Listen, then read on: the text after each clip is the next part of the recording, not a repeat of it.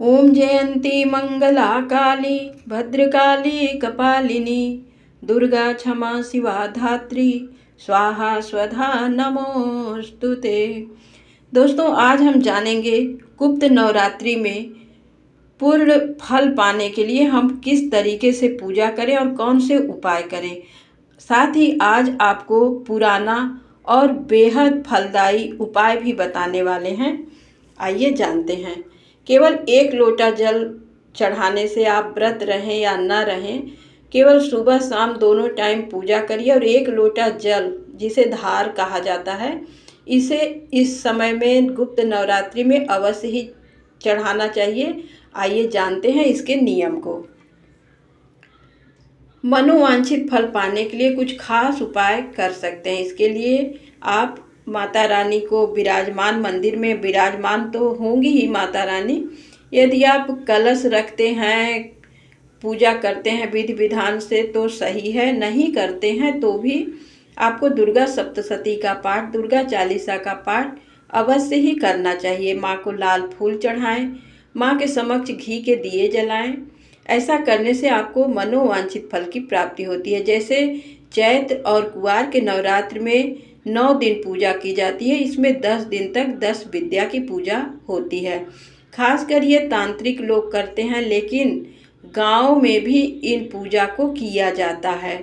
जो कि उद्देश्य वही रहता है दोस्तों, देवी देवता भी वही रहते हैं, लेकिन हमारे नियम थोड़े से अलग होते हैं।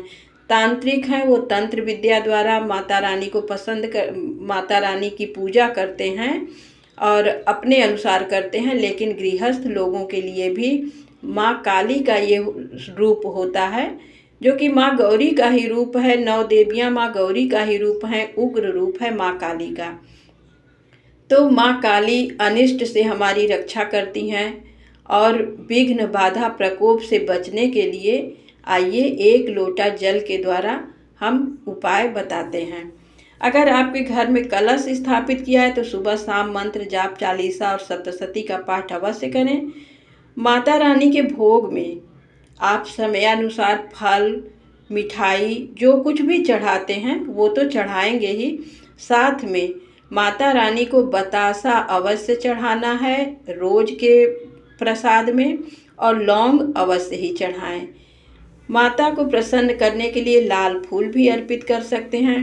दोस्तों, गुप्त नवरात्रि तांत्रिक साधनाएं करने के लिए माना जाता है, लेकिन विशेष साधक आराधना करते हैं माता रानी से। इस सब आपको जानकर आश्चर्य होगा कि अन्य नवरात्र की अपेक्षा इस नवरात्र में आपकी मनोकामना बहुत ही जल्द पूर्ण होती है।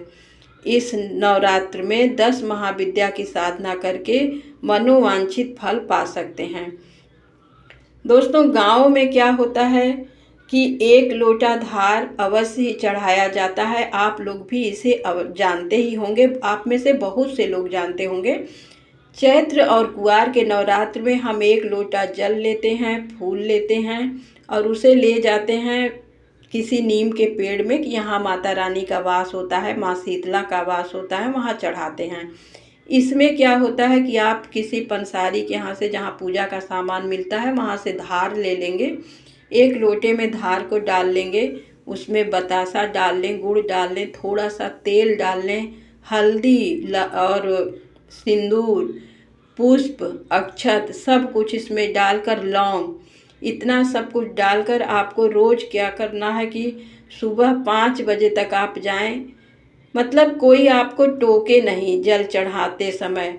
ये किसी पेड़ वृक्ष में नहीं डाला जाता है दोस्तों, ये किसी चौराहे पर, किसी रास्ते में मतलब डाल दिया जाता है, जल को चढ़ाया जाता है कि, और उस समय आप 5 लौंग लेकर जाएंगे, जो कि अपने सिर के ऊपर से चारों दिशाओं में फेंकना है और एक ऊपर अंतरिक्ष के तरफ फेंक के, और ये धार जो है रास्ते में चढ़ा के चले आना है, पीछे फिर नहीं देखना है।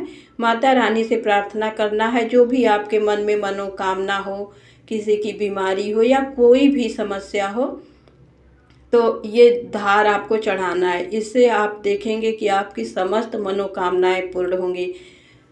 इसके साथ ही जैसे हमारे घर में कोई अनिष्ट, कोई अनहोनी या कोई विघ्न बाधा आने वाली होती है वो टल जाती है। आप माँ काली से, माँ दुर्गा, माँ पार्वती का ही स्वरूप हैं। आप प्रार्थना करें, विघ्न बाधा कोई भी आपके घर में नहीं आएगी। इसे आप करके देखें अगर मेरे ऊपर भरोसा हो तो, क्योंकि गाँव में ये बहुत पहले से ही होता है। सभी मनोवांछित फल पाने के लिए आप ये अवश्य ही करें, आपको इससे फ़ायदा ही होगा। अगर किसी को बीमारी है या किसी को नौकरी से संबंधित काम रुका हुआ है तो उसके सिर से 5 बार 7 बार वार करके लौंग ले जा करके किसी चौराहे पर आप इसके साथ अर्घ के साथ फेंक दें चारों तरफ और माँ दुर्गा से प्रार्थना करके चले आएं। और इन दिनों यदि कोई औरत, कोई मान लीजिए मांगने वाली ही आपके दरवाजे पर आती है तो उसे निराश और लौटाएं नहीं। जो कुछ भी आपके पास हो उसे अवश्य दें। कोई भी महिला, कोई भी स्त्री, कोई भी बच्चियां आपके घर में आती हैं तो उनका इज्जत और आदर करें। हो सके तो इन दिनों नवरात्रि के दिनों में कोई छोटी बच्ची मिले तो उसे कुछ उपहार, कुछ खाने की चीज़ें दे सकते हैं। वैसे अष्टमी के दिन तो जैसे आम नवरात्रों में किया जाता है तो कन्या पूजन बहुत अनिवार्य होता है, इसे आपको करना चाहिए। धन्यवाद दोस्तों।